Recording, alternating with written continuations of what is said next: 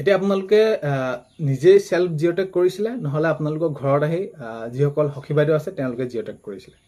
চৰকাৰী ঘৰৰ বাবে জিঅ'টেক আপোনালোকে কৰিছিলে জিঅ'টেক কৰাৰ পিছত আপোনালোকে প্ৰত্যেকে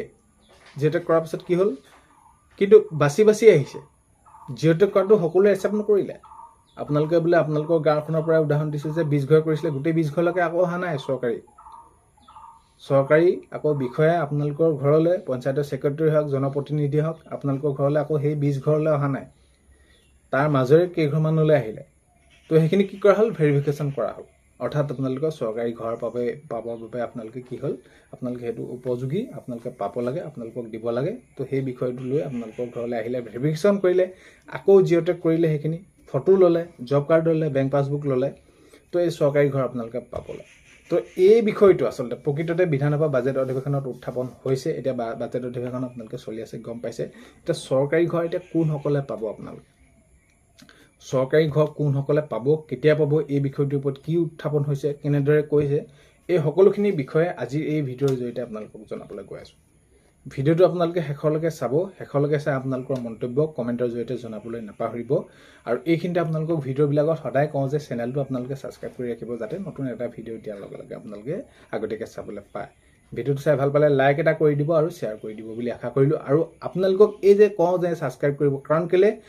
আপোনালোকৰ বাবে যিসমূহ বিষয় লৈ আহোঁ বা আপোনালোকৰ বাবে যিসমূহ ভিডিঅ' প্ৰস্তুত কৰোঁ যাতে আপোনালোকে ছাবস্ক্ৰাইব কি কাৰণে কৰিব যে সঠিক কিবা এটা কথা গম পায় এতিয়া মই আজি এই চৰকাৰী ঘৰৰ কথা আপোনালোকক জনাবলৈ গৈ আছোঁ চৰকাৰী ঘৰৰ কথাটো আপোনালোকে সঠিক এটা তথ্য আপোনালোকে গম পাব লাগিব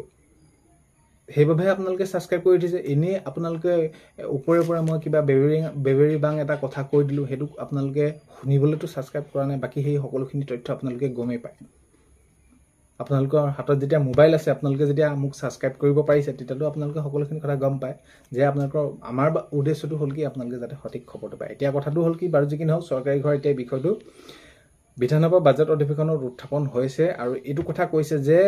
চৰকাৰী ঘৰ এটা ধৰি লওক ৱাৰ্ডত হওক 10জন লোকে পাবলগীয়া হৈ আছে 10জনৰ নাম গৈ আছে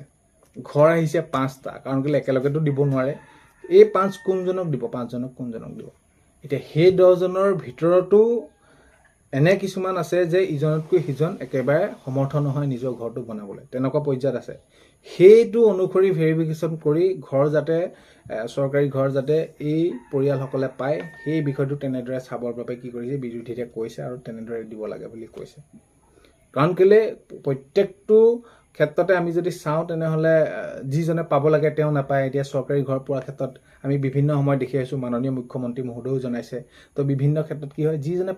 পাব লাগে তেওঁই নাপায় আৰু যিজনে পাব নালাগে তেওঁকে দিয়া হয় তো এইখিনি ক্ষেত্ৰত এবাৰ ষ্ট্ৰিক্টলি কোৱা হৈছে চৰকাৰৰ ফালৰ পৰা এইখিনি জনোৱা হৈছে মুখ্যমন্ত্ৰী মহোদয়ে জনাইছে যে প্ৰকৃততে যিজন লোকে চৰকাৰী ঘৰ পাব লাগে তেওঁকে দিয়া হ'ব এতিয়া কথাটো হ'ল কি যাতে সেই 10জনৰ ভিতৰত যোগ্যজনে প্ৰথমতে পায় তাৰপিছত পৰ্যায়ক্ৰমে কাৰণ কেলে এতিয়াতো প্ৰায় ভালেখিনি চৰকাৰী ঘৰ কেন্দ্ৰৰ পৰা অনুমোদন পাব ৰাজ্য চৰকাৰে যিহেতু আগৰ পৰ্যায়বিলাকত চৰকাৰী ঘৰ আহিছিলে তো তেনেদৰে অহাৰ পাছত সুচাৰুৰূপে যিহেতু কামবিলাক কৰিলে এতিয়া অসম চৰকাৰে আকৌ কেন্দ্ৰীয় চৰকাৰ পাব ভালেমানখিনি ঘৰ পাব এতিয়া আগন্তুক সময়ত মই এইটো জনাইছোঁ যে আপোনালোকৰ ঘৰত এতিয়া যিহেতু আপোনালোকৰ ভেৰিফিকেশ্যন কৰিলে সেইখিনি জিঅ'টেক কৰিলে জিঅ'টেক কৰাৰ পাছত আপোনালোকৰ ঘৰলৈ আকৌ আহিলে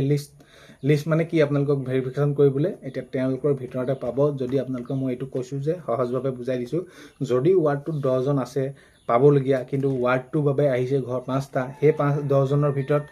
এই 5জন কোন 5জন আটাইতকৈ একেবাৰে শোচনীয় অৱস্থাত আছে সেইটো চাই তেওঁলোকক প্ৰথম প্ৰিফাৰেঞ্চ দিবৰ বাবে সেইখিনি কথা কৈছে আৰু পৰ্যায়ক্ৰমে দিবলৈ কৈছে বাকী যিসকল কোনোবাই যদি পকী ঘৰ আছে তেওঁলোকে কোনোবাই গোহালি ঘৰ ফটো মাৰি দিছে কিবা ফটো মাৰি দিছে সেইসকলক নাকচ কৰিব সেইটো আপোনালোকে নিশ্চিন্ত থাকক আৰু এই যি কাৰ্যত যিসকল জড়িত হৈছিলে বা যি যেনেদৰে জিঅ'টেক কৰিছিলে তেওঁলোকক সেইখিনি বিহিত ব্যৱস্থা গ্ৰহণ কৰাৰ কথা কৈছে তো এনেকুৱা ধৰণৰ নকৰিব আৰু এনেকুৱা ধৰণৰ কৰিলে কি হয় যিসকল প্ৰকৃত দুখীয়া দৰিদ্ৰ সীমাৰেখাৰ তলৰ পৰিয়ালৰ লোক তেওঁলোকৰ বহুতখিনি অসুবিধা হয় চৰকাৰী ঘৰটো পোৱাত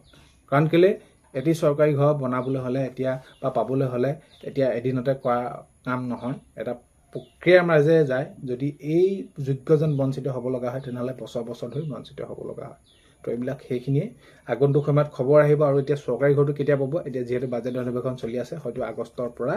আপোনালোকৰ বাবে ভাল খবৰটো আহিলে নিশ্চয় জনাম আগষ্টৰ পৰা অহা সম্ভাৱনা আছে যিহেতু